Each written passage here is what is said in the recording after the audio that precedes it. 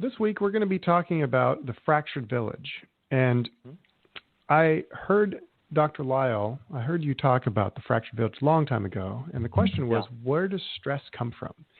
And I wanted to ask you today, where does stress come from? And why is the stress nowadays different than stress in the Stone Age?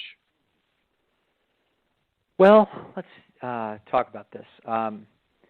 Stress comes from having a goal that and having some value that we're seeking, and we're getting blocked by some kind of a challenge. And so very often a component of that, a major challenge is going to be time. Now, time isn't going to be the only factor that results in stress, but it's a major one. You can imagine also someone that's trying to lift their car to try to get their child out from under it that's being crushed. That person's under stress. So that's not a time pressure situation. That's a, do I have the resources available to me in order to accomplish this goal? That's what this is. So one of the major resources that will continually come up for people will be time pressure. That makes sense. The reason is that most people's goals do not depend upon them suddenly sprouting wings or having abilities that they wouldn't normally have. The reason why you have the goals that you have is that your self, the area of your brain that I call the self, as I divide the brain into the esteem meter, the self, and the internal audience. It's my tripartite method of understanding human motivation. The self is a set of ideas, knowledge, etc., about what it is that you are capable of doing in the world. That includes your ability to lift a rock. It also is about your ability to pick up on a girl in a bar. So these things have to do with you vis-a-vis nature and your abilities, as well as you vis-a-vis competitive problems in the human marketplaces. So yourself generally sets goals for you in as you try to obtain or protect things that are valuable to you. It sets those goals in a way that are reasonable. And the goals may be high, and there may be great value in seeking them. They may be modest in terms of a goal to get out the car, start the car, and go down to the grocery store.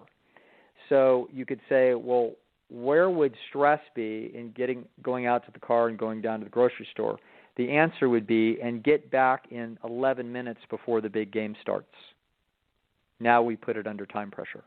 So stress comes from factors in a goal-seeking situation that are reducing the perceived probability of success. So you might want to think of it this way, that suppose you have a young child who is trying to learn how to tie their shoelaces. If they are struggling with this and they're starting to get it so they can do it right, some of the time they're getting it, and then the mom, can't resist bragging to her friends, look at little Julie, she can tie her shoelaces now. And now Julie feels the pressure of the social situation and the possible status loss and isn't sure that she can tie her shoelaces. It feels to her like it's about a 50-50 proposition that she might be able to do it. That kid is under stress, okay? Now, what stress does is it's essentially organizing attention and priorities to try to marshal all available resources to direct towards getting that goal. The goal is worth having, or we wouldn't be under stress about it. In other words, it wouldn't be important enough to generate stress. So we tend to think of stress as a negative thing for some reason, but it isn't. It's an inevitable component of a situation where we have a goal that is important to us, a value that we're seeking, and the perceived probability of success is less than 100%. Now, let's fast forward 15 years, and we have a completely normal child who has been tying her shoelaces now for 15 years. And mom says to her friend, look at little Julie. Look at Julie. She can tie her shoelaces. It's like, for God's sakes, Mom, of course I can tie my shoelaces. Like, what kind of a stupid thing is that? And the answer is, of course there is no stress. In fact, let's suppose they're on a little hike, and they say, hey, Julie, your shoes are untied. Can you tie your shoelaces? And she is under no stress at all tying her shoelaces, because her perceived probability of success of tying the shoelaces is 100%.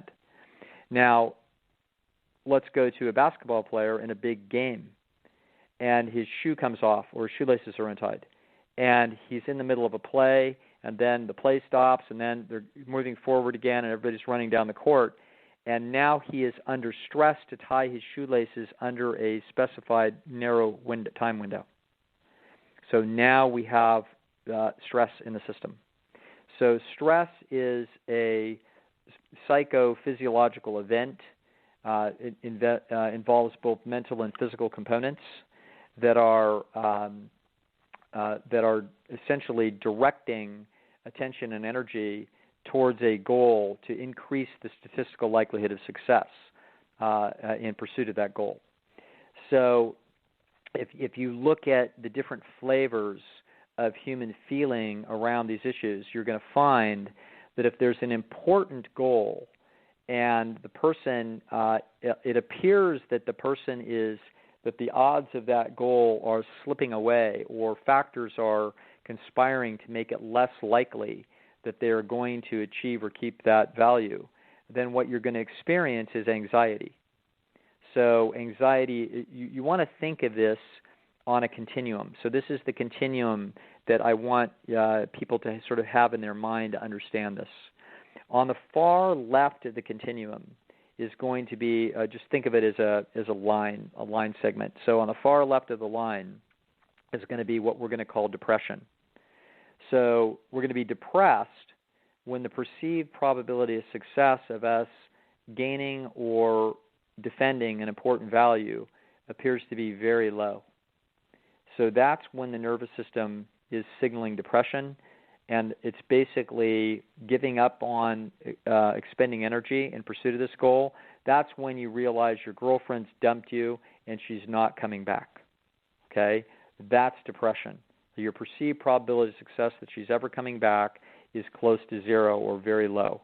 And so therefore, you don't feel like doing anything. You're not going to call her. You've already called her 42 times.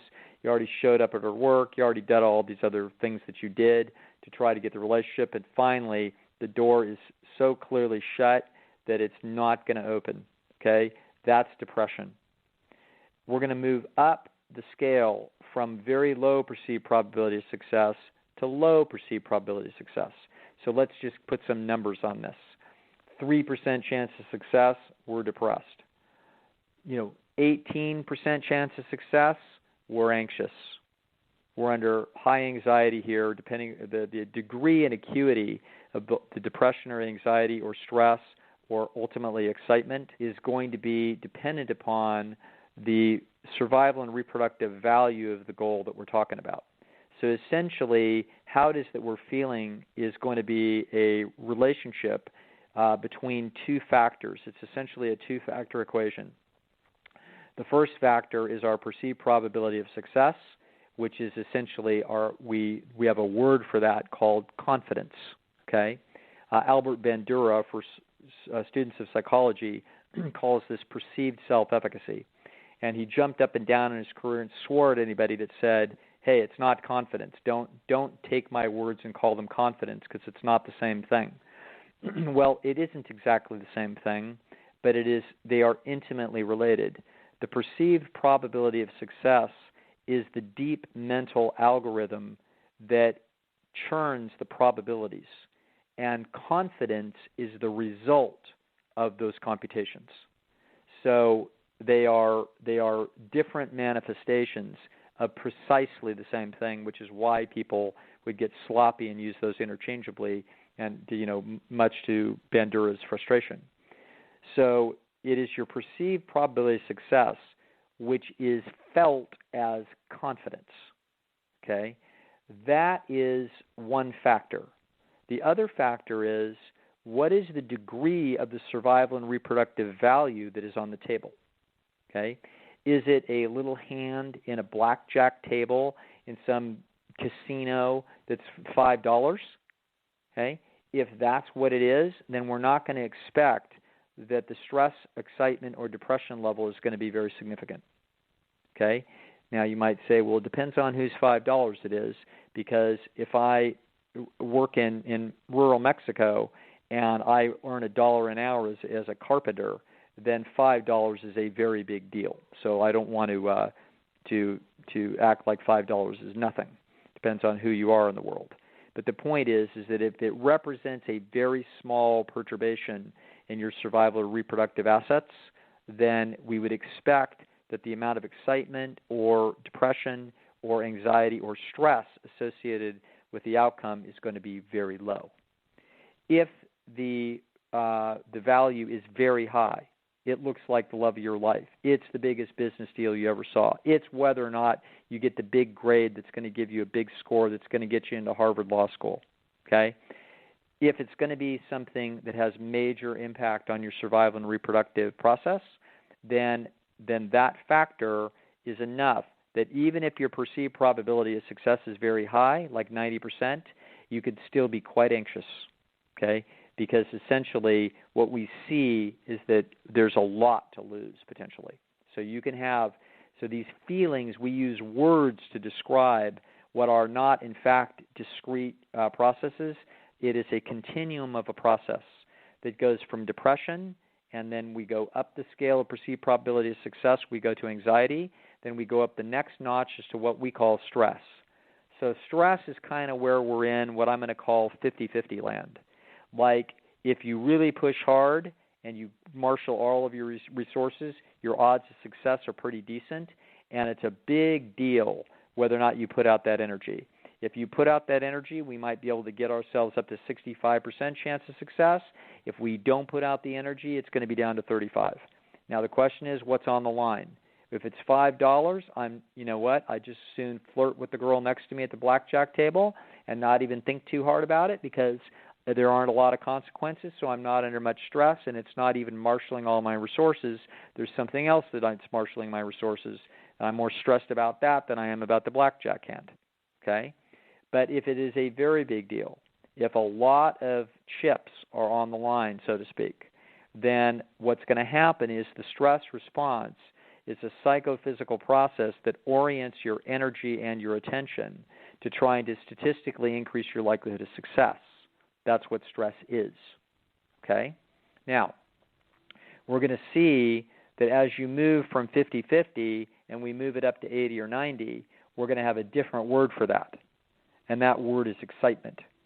Okay? So that word is, oh my God, I think we're going to win this big one. Oh my God, I think I'm going to get that job. Oh my God, I think I'm going to get that date. Okay? When we think that we're going to be successful at something that is of great value, then our excitement level is very high. Okay? So you can watch all of these things interplay in a big athletic contest very easily. So you can watch this whole process, and there's one more. When you get all the way to 100% perceived probability of success, what you get is boredom. So this is why our girl had no interest in showing off that she could tie her shoelaces in front of her mom's friends when she was 18 or 12 or even 9. Okay? Of course I can do it. And so there's no chips on the line here. Even if the chips are large, we're going to find that it's boring. So let's suppose that you are, a New England Patriots fan. And so you're watching the Super Bowl again, and Tom Brady's in there again, okay? And so now what happens is you're all excited, and so it's a very exciting game for the first quarter. And then you start to get ahead. And then they fumble, and you return a touchdown. And then you pick off an interception, you run another one back. And pretty soon it's like 35-3, and it's halftime. What's going to happen is it's going to be boring.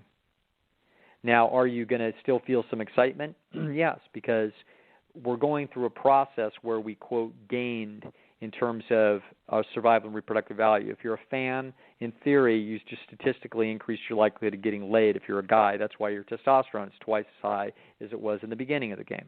Okay, now, you're a group, it looks like, is going to lay waste to the other people from the other side of the river, and you're going to be able to rape and pillage. So this is like genetically cool.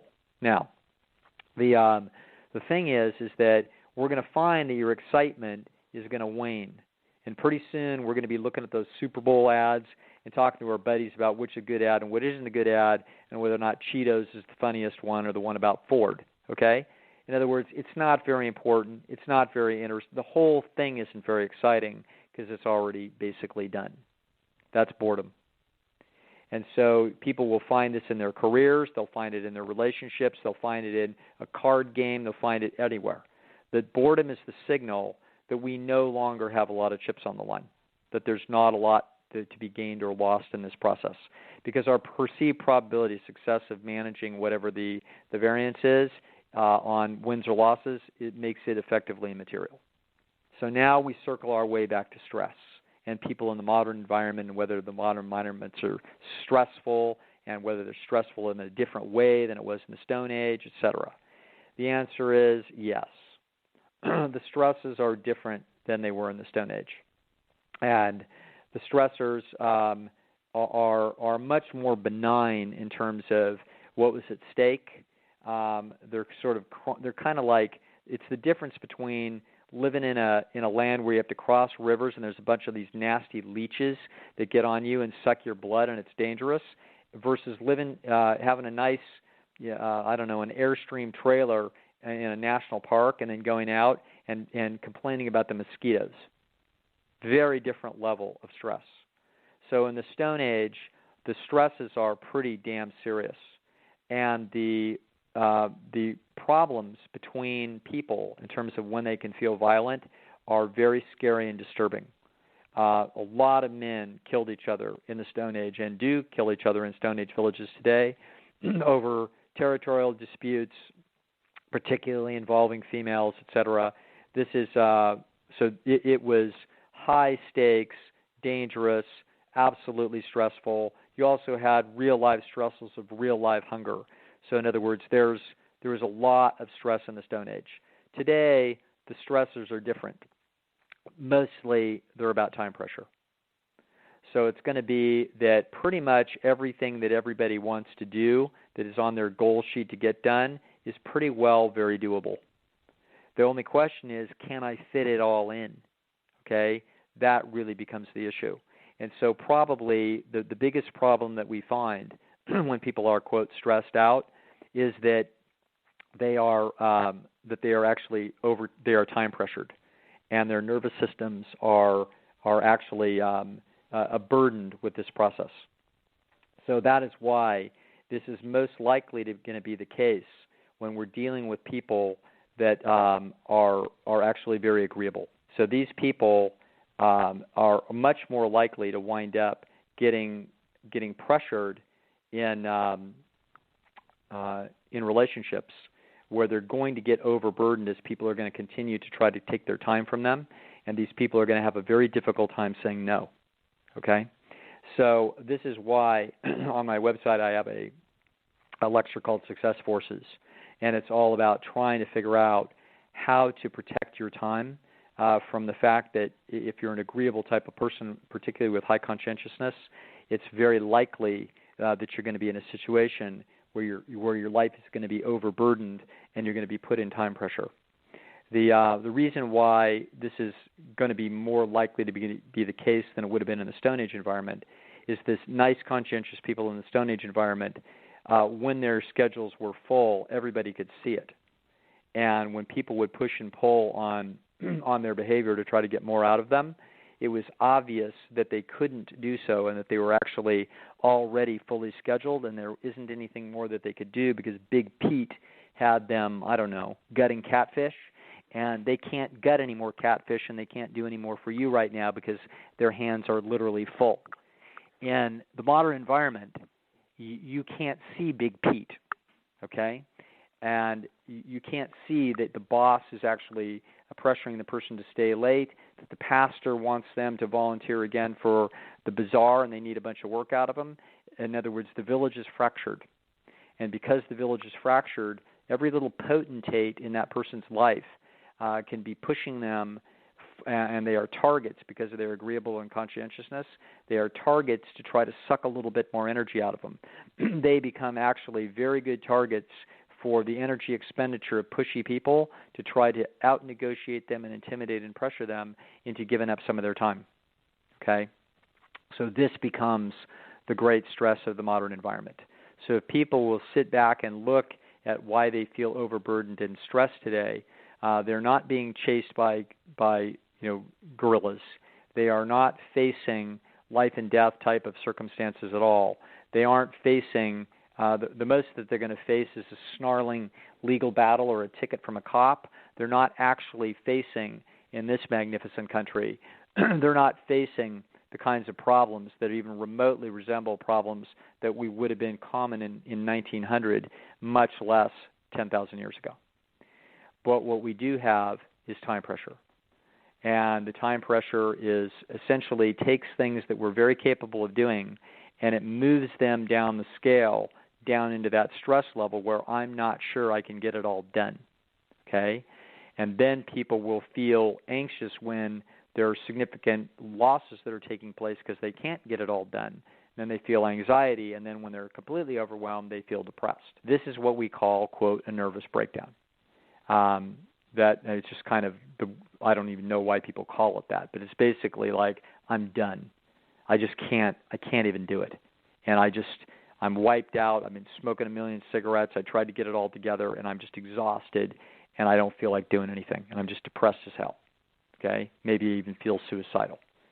So this is what this is. So that is the nature of stress.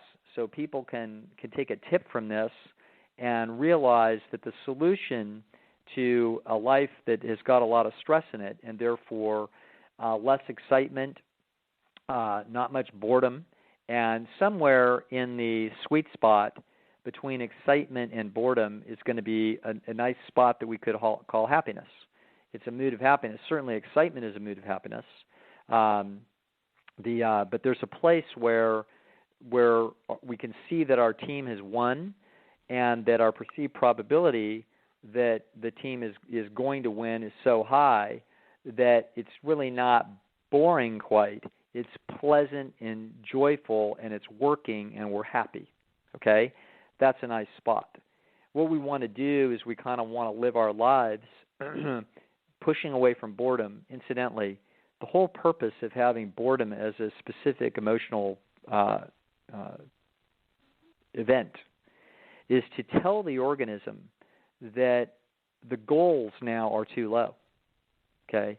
That you are not reaching for enough, that you have your perceived probability of success is too high.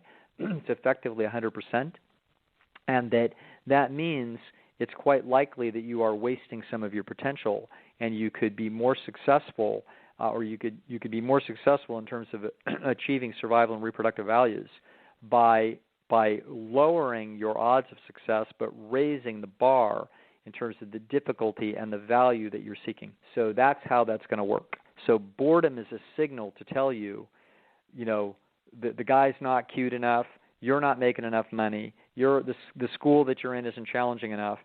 Literally, the high jump bar isn't high enough. In other words, that's what boredom is telling you, that the bar's not high enough. Okay? Happiness is the bar was high enough, we've achieved it, feels really good. Excitement is, I'm not sure I can get there, but I think I can get there, and this is really cool. It's reaching to the upper limits of my abilities. Okay? Stress is, I'm not sure I can get there. I would really like to, and I think there's a possibility, but it's going to take everything I've got, and I'm not sure I can do it. Okay? Anxiety is, I would love to do it, and I thought I could have done it, but it looks like I'm not going to be able to do it. I'm not so sure that I can. Okay?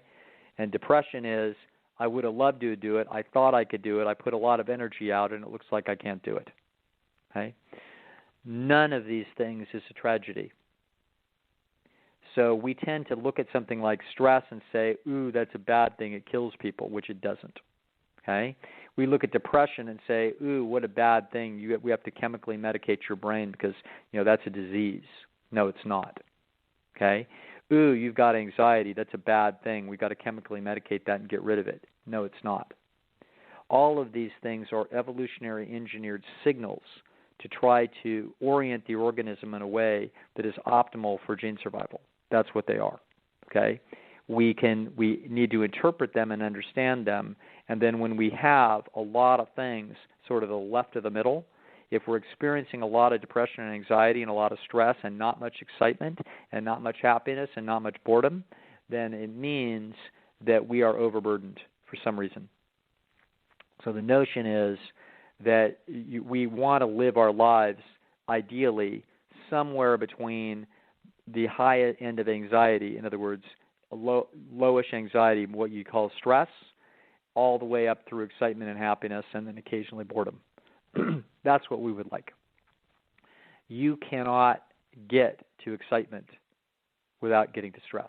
There's no way you can be smart enough about setting your goals in a way that it turns out it's going to be exciting and you did better than you thought and it looks like we're going to do it and it's going to win. There's no way that you get to reach that place on the graph without more often reaching the place called stress.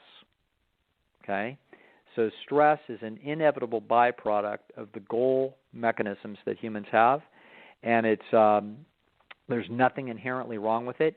And some of my colleagues who have written best-selling books and talk endlessly about what a terrible thing stress is and how we have to mitigate this, et cetera, I'm astonished that anybody would look at something that is such an utterly natural process and feeling and believe that the body would be doing itself damage by having an emotional response. Negative emotions are not bad for the organism's health, folks. Okay? Negative emotions are orienting systems to tell the organism that goals need to be reorganized and thought through. That's what it is. The fact that it's physically unpleasant in some cases to a mild degree, stress is not that physically unpleasant, anxiety is not that physically unpleasant generally, and depression is not that physically unpleasant. They're psychologically and emotionally unpleasant. Okay? And they are signals to help the organism orient itself more effectively and intelligently. That's what they're for. So if you spend a lot of your life to the middle left of the graph, depressed, anxious, stressed, then we got some things to address about your goals and how it is that you're attacking these things and how, essentially you may need some guidance and ideas about how to be more effective and why it is that you are falling so consistently short on the feedback that you get relative to what it is that yourself keeps setting the goals at. Okay? Usually that's not most people's experience. Most people experience a fair amount of frustration around what we would call stress. They can do all these things, but the truth is that they're time pressured and overburdened and overcommitted. Okay? You've only got a couple of options. You are either inefficient and you can increase your efficiency and thereby get all this stuff done, or you are overcommitted, and sometimes both. Okay? But the final analysis most of the time is what we need to do is take some pruning shears into our lives that they feel stressed and figure out where we're going to cut. And we got to figure out what relationships and what goals need to be cut until we can cut these things down to a size where our life is more about moderate stress and excitement than it is about stress and anxiety and depression. So that's how we look at that. Well, phenomenal. I didn't even make the connection that stress and anxiety was the opposite of boredom. So, and that yeah. After excitement, I was hoping that you would say this extra word that was like more than excitement, and then you just say boredom, and it just went right down the valley. So yeah, but I think really it cool. is that it's a mood of happiness. A calm mood of happiness sits above anxiety before we get to boredom. Mm-hmm. That's a feeling of kind of mastery and control over a situation that's valuable, but that we're not surprised. Okay, and we're happy about it. So think about a romantic relationship. the guy's anxious to ask the girl out.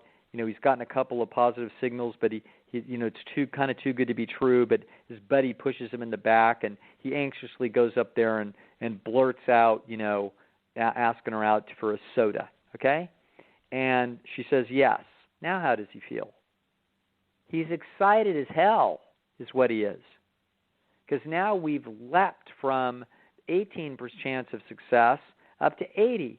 So now he's extremely happy about that. Now, when the big day comes, next Friday lunchtime, so now he goes over and, he shows up, and now what is he? He's anxious, and now she does show up. He's excited, but he's also stressed.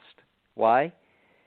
Because he knows that this is above his pay grade by a nice little margin there, and it's enough to be super exciting if he gets there, but actually what he's feeling is stressed.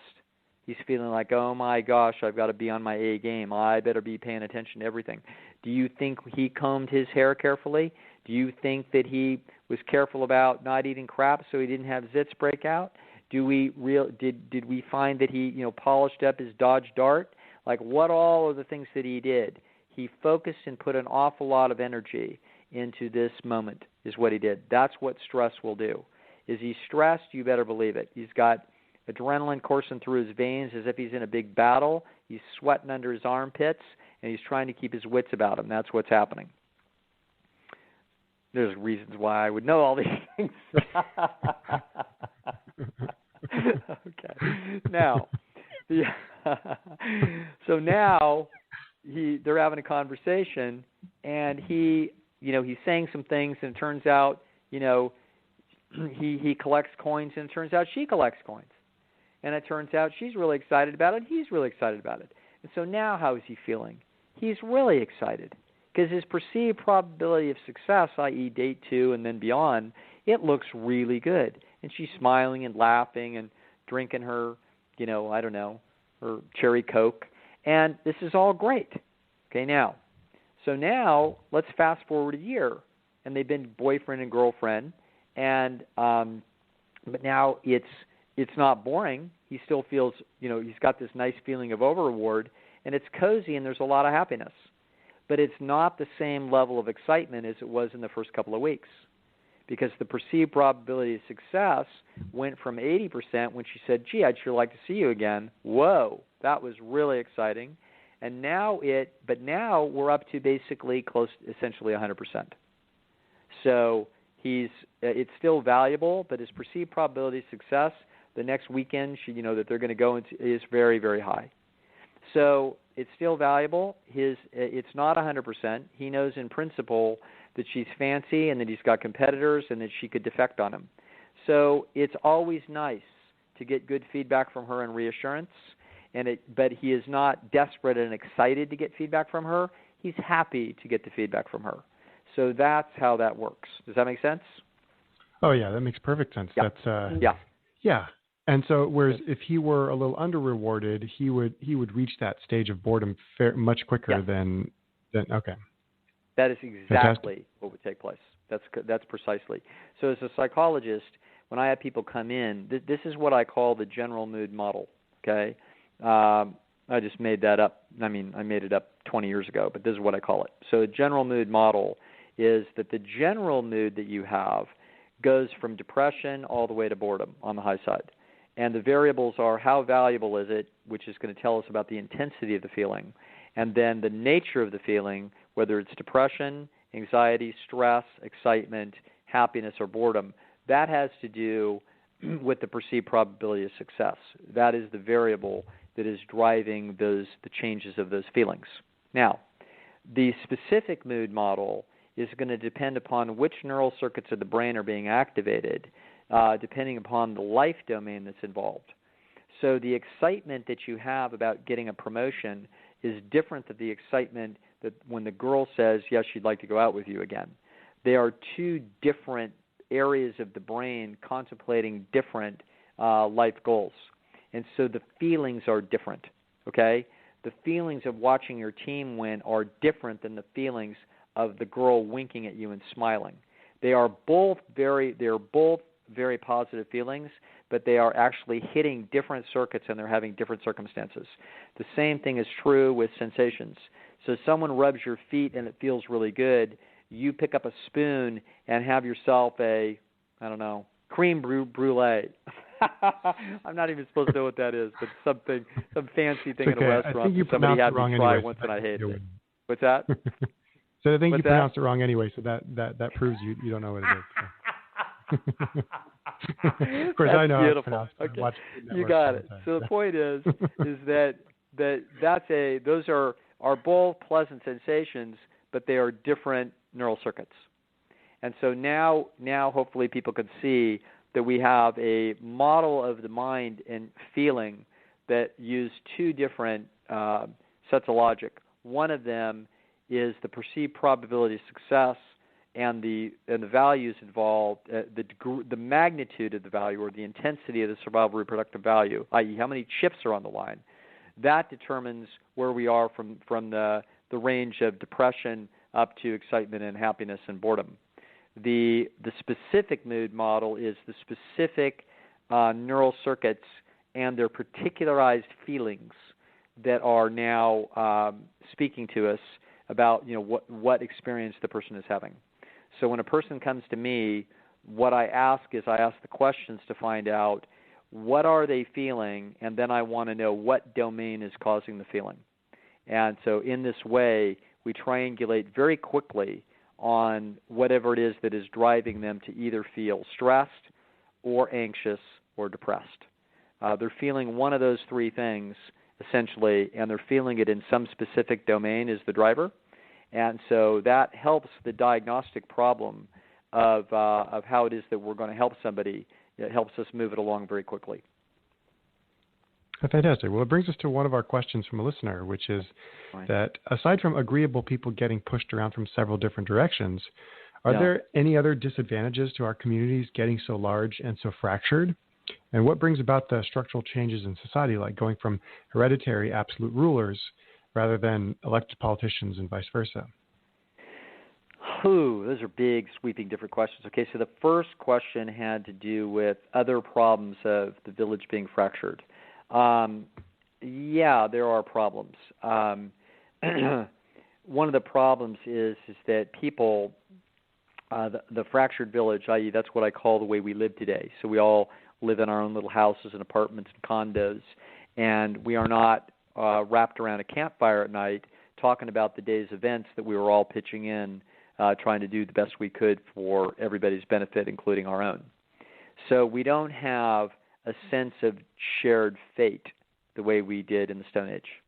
And as a result, the deep psychological connections and value that other people had to each other is much less.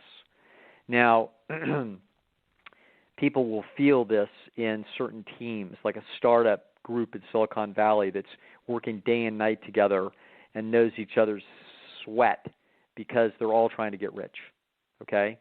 Or a platoon in the Army or a squad in the Army that is working super hard together and they're in a foxhole and their lives depend upon each other's movements, etc. When people have to band together and become interdependent in order to reach, a goal, defend a value, then it turns out that those deep connections can feel really, really good. The person has been tested. We find out that we have a lot of esteem from them, they from us, etc. So there's a very strong, high intensity to the esteem dynamic. Okay, a lot of times people don't have much of that today. So they've got it in their families, but even their families, it isn't even that tight. So it isn't that important how well we get along with our brother or our sister when we're 35. It's just like, well, whatever. I hope I get along with them well, but we don't have a sense of shared fate, and our fates are not dependent upon each other's working and sacrifice, etc. So that is the fact that can be missing and is missing from a lot of people's lives in a significant way is a casualty of the modern environment. Now, that, in other words, this is a two-edged sword, and I would much rather have the situation today, the one that we have today, than the one that we used to have. However, we are missing we often are missing that sense of shared commitment and shared fate that can be a very valuable and rewarding experience for people. So that's a casualty, and like I said, but basically it's a good one. In essence, we would like to be in a situation where we're not dependent upon anybody. That's really the best situation in terms of our own personal safety, et cetera. It's like, listen, it doesn't really matter what anybody thinks of me and what it is that they do. I can pay fee for service, and I can get things done that I want to do, and I can afford it. That is actually a better situation than to actually have to be loved and liked in the village in order to have someone, pull a worm out of your back. Okay, so similarly, in just to sort of cross boundaries here into vaguely reaching the other question that was involved about societal changes from monarchies to modern, democratic states. The truth is that I would say similar things about our government. When you have a democratic republic like we have, when you have a situation where we've got nice rules set up and we've got big broad agreements about what's fair, and we basically started with an outline or a scaffold that was all about how we're going to try to make this thing fair. And more or less, as we've wandered on down the road, the system is set up in a way to try to constantly course correct to a way that's fair. What happens ultimately is that who's in charge really doesn't make that much difference. That is a great thing, okay?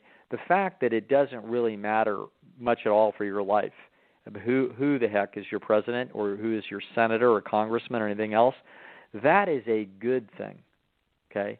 The fact is your Stone Age brain doesn't quite believe it because you feel as if who's in charge is this big deal because it used to be. It feels like it is, i.e. we call him a leader. Well, quite frankly, I can't recall being led by any president or politician. Nobody led me to do anything, okay? I've just been doing my own number from the time I was a kid, and I wasn't forced into much of anything by anybody, okay? So certainly no politician. So essentially we're looking at the continued fracturing process where human beings are more and more independent life units, really not interdependent, and less subject to force. As the philosopher novelist Ayn Rand said, that civilization is the process of freeing men from men. Okay, sort of a sexist statement, I suppose, but we know what she meant. It's that's what it's about. It's about not having other people being able to force you around, and you're not leading. Nobody's leading you anywhere. You're your own agent. Now, in terms of the historical process of what led us to here, there could be many discussions about this, and this is a land for political scientists and historians and everything else. There have been a few moments in Western history that have been pointed as if that they were a very big deal, and maybe they were. Hard to say what was the big moment. Certainly, I would think that the printing press ultimately was a huge moment in history, and it would take time for the influence of that to then wind up being felt as a possibility for essentially undermining monarch authority. But the Magna Carta was an important moment in history historically where a bunch of lords basically told King John or whoever he was that, no, we're not going to go fight your war. We're not going to do it. And so it turns out that that first protest, even though it didn't fly, apparently, I believe, that it signaled the fact that we are going to push back on you, and we're going to band together, and we're not going to do it because we don't think it's fair. We can't afford it, and we don't want to do it. And so this idea, where the ideas of the American Revolution ultimately came from, and from whose brain, and who influenced them, et cetera, et cetera. Like I said, this is for political scientists and historians to sort of hash out and give us a little bit of insight. But fundamentally, what we're going to find is that the move towards this way of doing things is the right and proper way for human beings to live. It's the only way that we're going to wind up optimizing the opportunity for human happiness. And so I believe that it is so much more effective, it's so much more productive, and so much more worth defending that this way of living will sweep the earth. It's only been around a couple of hundred years, and so the old leadership idea of us all following the Pharaoh, you know what I mean, is sort of a Stone Age legacy. It's a dinosaur, and it will be replaced, and we will have a world of increasingly free people, as we now see. So modern Germany looks like the United States, acts like the United States, basically. So does Japan. China's getting there. It will eventually get there. This is how it's going to go. Freedom is the right way to do things, and it's going to win. Fascinating. Yeah, every time I hear you speak about the future, I'm reminded of our previous episode about what the world will look like in about 1,000 years. Mm-hmm. And it's just fascinating how we watch news media and reports, and it just seems like the sky's falling every minute.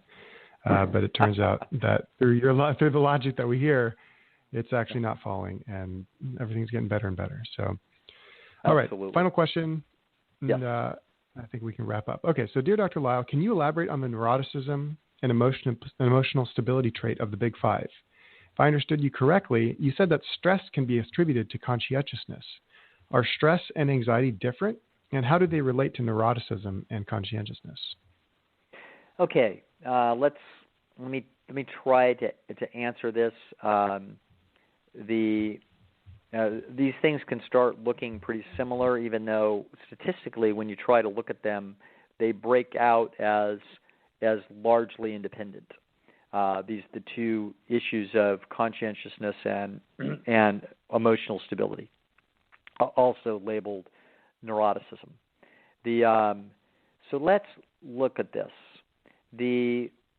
I want you to think of the so-called neuroticism dimension as emotional stability.